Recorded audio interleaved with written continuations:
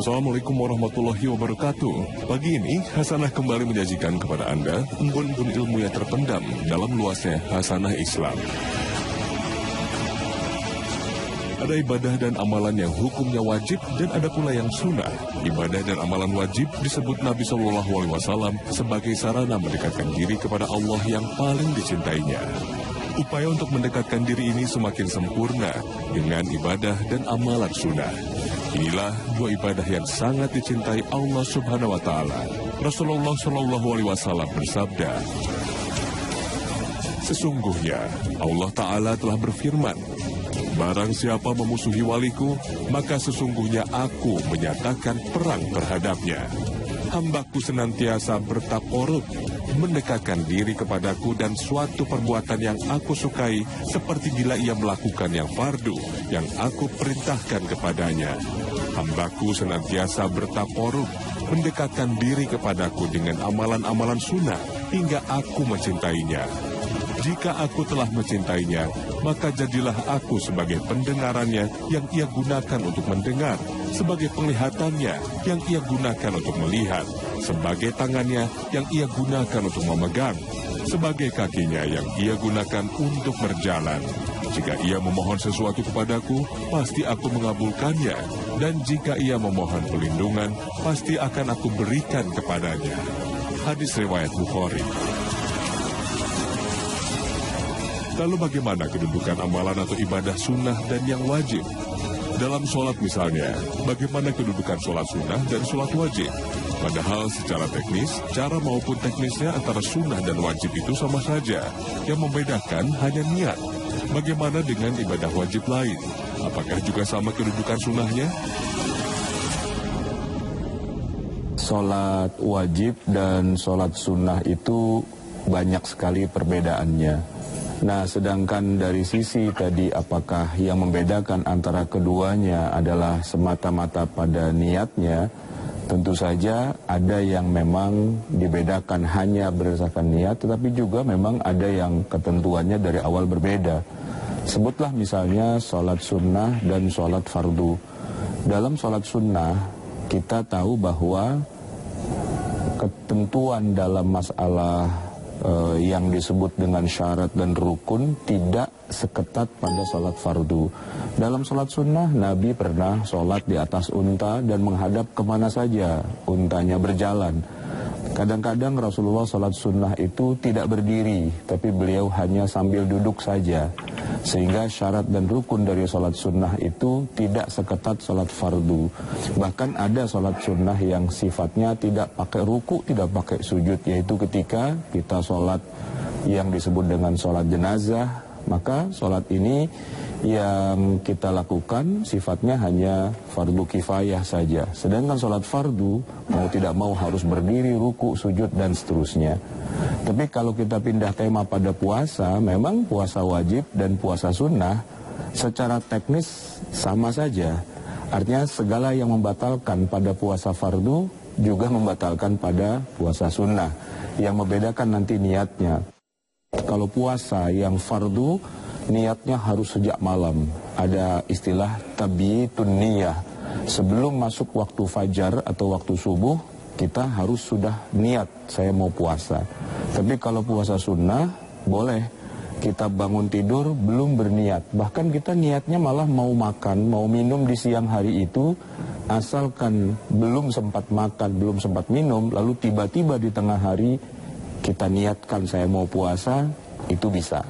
Jadi dalam hal puasa sunnah dan puasa wajib secara teknis tidak ada perbedaannya, yang membatalkan sama saja, tetapi secara aturan niat dalam puasa wajib harus diniatkan terlebih dahulu sebelum masuk waktu subuh atau waktu fajar. Sedangkan kalau puasa sunnah boleh dikerjakan di tengah hari baru kita melakukan niat, asalkan memang belum sempat melakukan hal-hal yang sekiranya membatalkan puasa itu sendiri.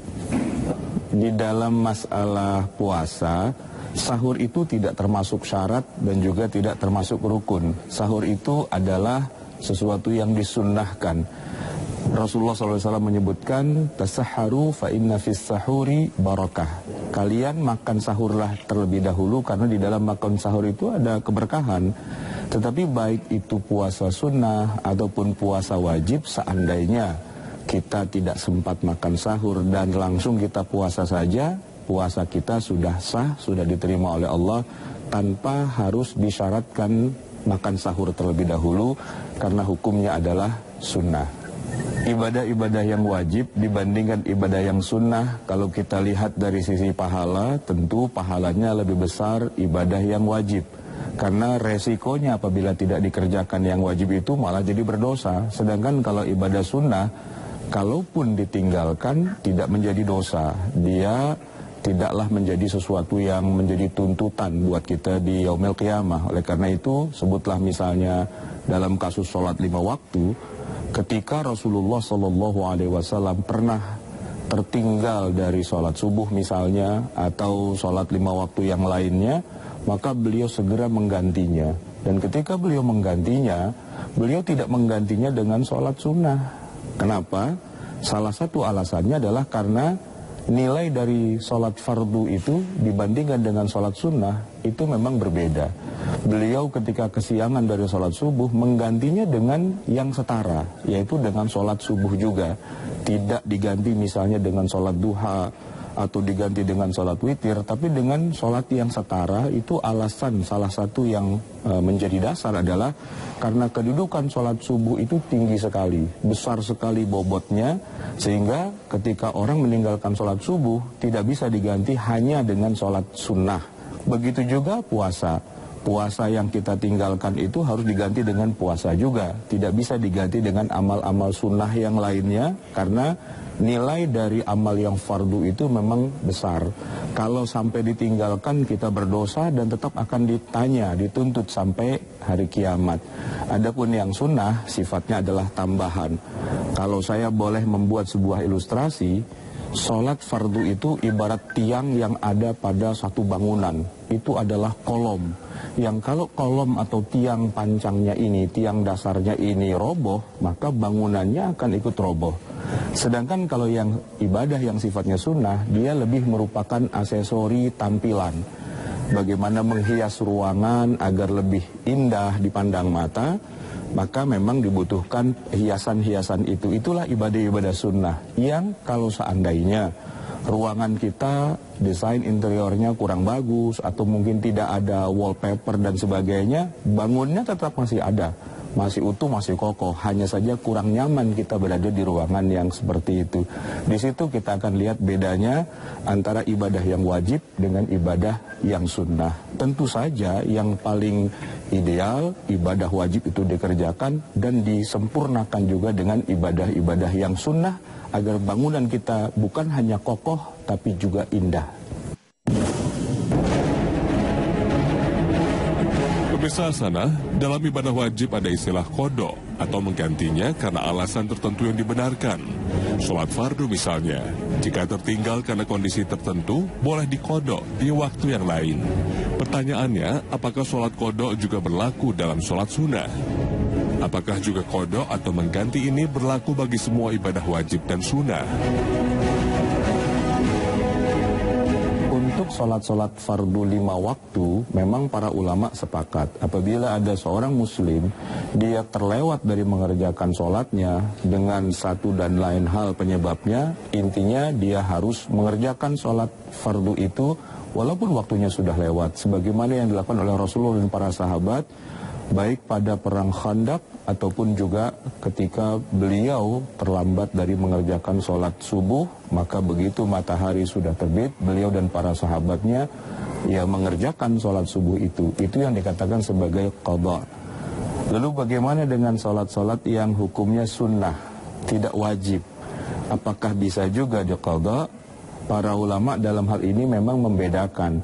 Tidak seluruh dari ibadah sunnah itu bisa diqada. Sebutlah misalnya sholat sunnah fajar, atau yang kita di Indonesia lebih mengenalnya dengan istilah sholat qobliyah subuh.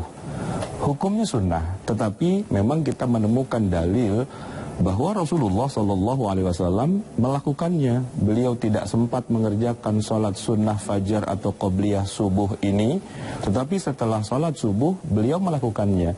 Bahkan di dalam hadis riwayat Tirmizi disebutkan, "Man lam yusalli rak'atai al-fajr falyusallihima ba'da ma tatlu'asy syams." Siapa yang belum sempat mengerjakan 2 rakaat fajar qobliyah subuh itu, lakukanlah. Ya, artinya ini dilakukannya sesudah waktunya lewat karena sudah terbit matahari. Dan untuk sholat yang rawatib, qobliyah, ba'diyah selain dari yang subuh tadi, memang para ulama berbeda pendapat. Karena memang tidak ada dalil yang secara disepakati oleh mereka tentang harus atau tidak harus, atau boleh atau tidak boleh diqadanya. Tetapi memang di dalam hadis Ummu Habibah yang diriwayatkan oleh Imam Muslim, kedudukan derajat dari sholat rawatib, qobliyah, ba'diyah ini sangat tinggi. Disebutkan misalnya, man sallat 12 rak'atan fi yaumin wa lailatin. Siapa yang sholat 12 rakaat pada sehari semalam itu, bunyalahu bihinna baitun fil jannah, akan dibangunkan bagi dia satu rumah yang indah di dalam surga. Sehingga banyak para ulama yang mengatakan kalau sampai kita tidak sempat mengerjakan qobliyah atau ba'diyah, maka ya silahkan saja untuk diganti pada waktu yang sudah terlewat. Dan memang ada beberapa dalil yang ditemukan oleh para ulama bahwa Rasulullah pernah tadi sebelum subuh beliau terlewat, dan sesudahnya maka juga berlaku pada sholat-sholat yang lain. Qobliyah zuhur kalau belum sempat dikerjakan bisa dikerjakan sesudahnya. Demikian juga qobliyah atau ba'diyah asar atau ba'diyah maghrib atau isya, kalau memang belum sempat dikerjakan bisa dikerjakan sesudahnya. Tetapi di sini memang para ulama berbeda pendapat. Ada ibadah-ibadah sunnah yang tidak perlu diqadha, dan ada ibadah-ibadah sunnah yang bisa untuk diqadha. Tapi lepas dari itu semua, karena aslinya memang ibadah yang sunnah, maka hukum mengqadhanya ini kita tidak bicarakan wajib atau tidak. Kita bicarakan ini masyru' atau tidak, dibolehkan atau tidak. Sebagian ulama ada yang bahkan sampai membolehkan mengqadha atau mengganti sholat Idul Fitr, yang mana disebutkan dalam beberapa riwayat Nabi pernah masih berpuasa di hari itu, menganggap ini masih Ramadan. Ternyata dapat kabar bahwa hari itu sudah bulan Syawal, tanggal 1 Syawal, sehingga beliau dan para sahabat kemudian baru menggantinya keesokan harinya di waktu duha. Jadi melakukan sholat itu pada tanggal 2 Ramadan. Walaupun riwayat ini tidak disepakati kesohihannya oleh ulama yang lain, tetapi setidaknya kita menemukan memang ada beberapa ibadah-ibadah yang hukumnya sunnah itu yang ternyata bisa diqadha, walaupun para ulama tidak sepakat menentukan yang mana yang bisa diqadha dan mana yang tidak. Pemirsa sana, banyak orang memahami bahwa sholat witir itu penutup sholat sunnah. Benarkah begitu? Jika demikian, apakah setelah sholat witir tidak boleh lagi sholat sunnah? Sholat witir yang memang itu adalah bagian dari sholat malam memang dianjurkan untuk dilakukan di bagian akhir.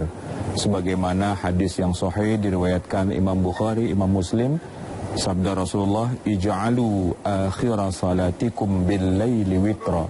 Jadikanlah akhir dari sholat malammu itu adalah sholat witir. Memang dalam hal ini para ulama umumnya sepakat bahwa kalau memang masih bisa diatur, maka memang sholat witir itu di akhir malam dan menjadi penutup dari rangkaian sholat malam. Tapi kalau ditanya apakah orang yang sudah sholat witir itu tidak boleh lagi melaksanakan sholat sunnah yang lain, maka jawabannya tidak juga. Di dalam hadis Nabi disebutkan, man khafa alla yaquma min akhiril laili falyutir awwalahu. Siapa yang takut untuk tidak bisa bangun di akhir malam, maka silahkan saja dia witir di awalnya. Maksudnya dia sholat witir dulu kemudian dia tidur, sehingga nanti kalaupun nanti dia bangun tidak apa-apa untuk dia sholat tahajud atau sholat nafilah yang lain. Wa man tami'a an yaquma akhirahu falyutir akhiral laili. Tapi kalau yang bisa yakin bahwa pasti akan bangun di akhir malam, maka sebaiknya dia witir di akhir malam saja. Itu hadis riwayat Imam Muslim. Nah, dalam konteks apakah orang yang sudah melakukan sholat witir masih boleh lagi mengerjakan sholat yang lain dan yang lainnya atau sholat sunnah yang lainnya, maka dalam hal ini para ulama umumnya masih membolehkan, bahkan didukung dengan hadis yang sangat kuat riwayat Imam Muslim. Kana yusalli 13 rak'atan. Rasulullah itu pernah sholat malam itu 13 rakaat. Yusalli 8 raka'atin, beliau melaksanakan 8 rakaat, summa yutir, kemudian beliau sholat witir. Tetapi hadis ini masih ada terusannya, summa yusalli rak'ataini wa huwa jalis.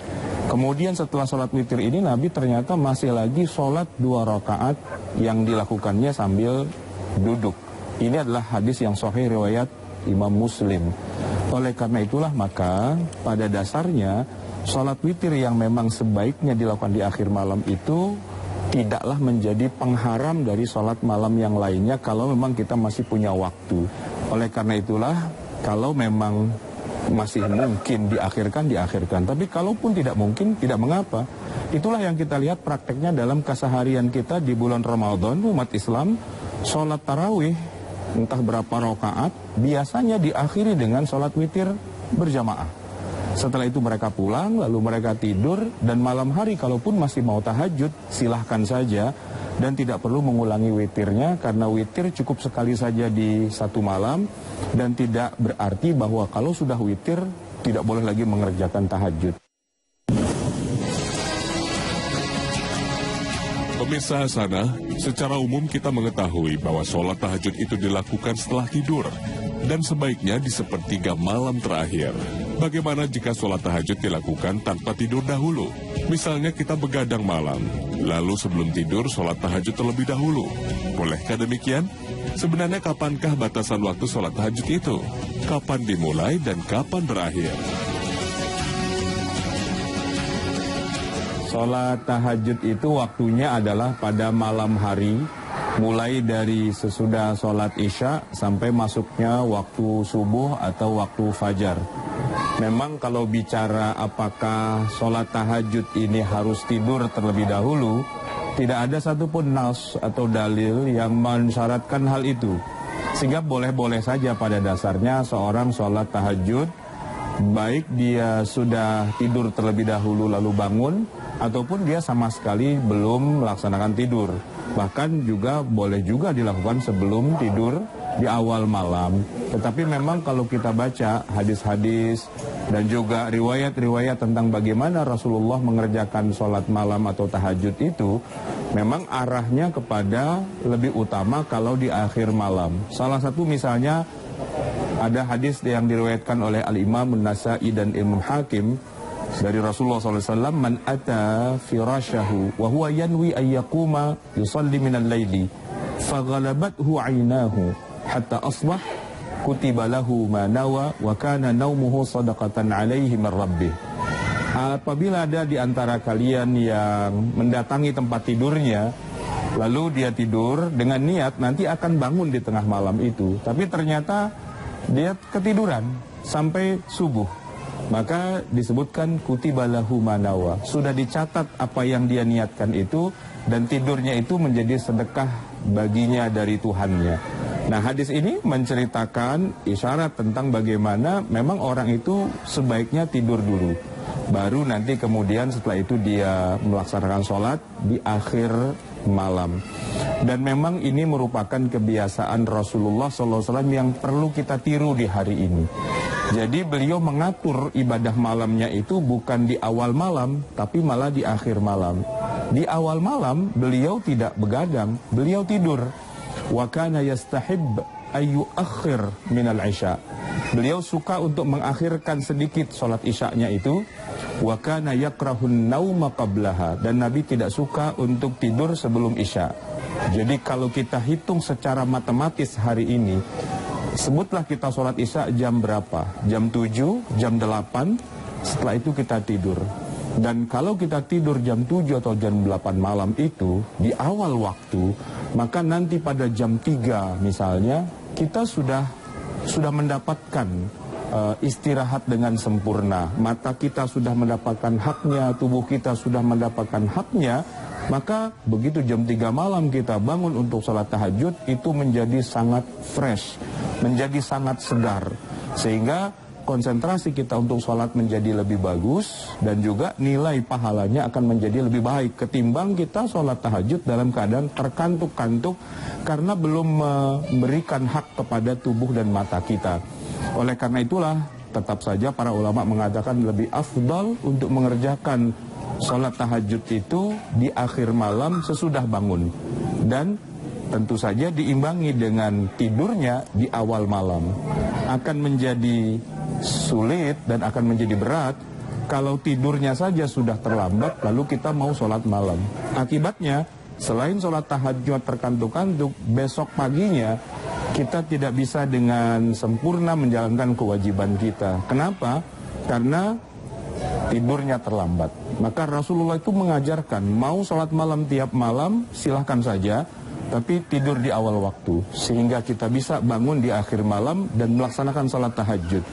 Walaupun ini bukan syarat sahnya tahajud, tapi ini adalah cara yang ideal agar bisa tahajud setiap malam tanpa harus mengorbankan tubuh kita dan merusak konsentrasi kita pada waktu sholat tahajud, dan juga tidak mengganggu istirahat kita pada besok harinya karena tadi malam begadang sholat tahajud lalu siangnya kita menjadi tidak bisa konsentrasi akibat kurang istirahat tadi malam. Artinya memang beliau bangun dan sholat tahajud, lalu sholat witir, dan juga sholat subuh itu menjadi satu rangkaian karena tidurnya itu tidak sampai subuh, tidurnya sampai sepertiga malam yang terakhir itu saja sejak awal malam, sehingga menjadi ideal.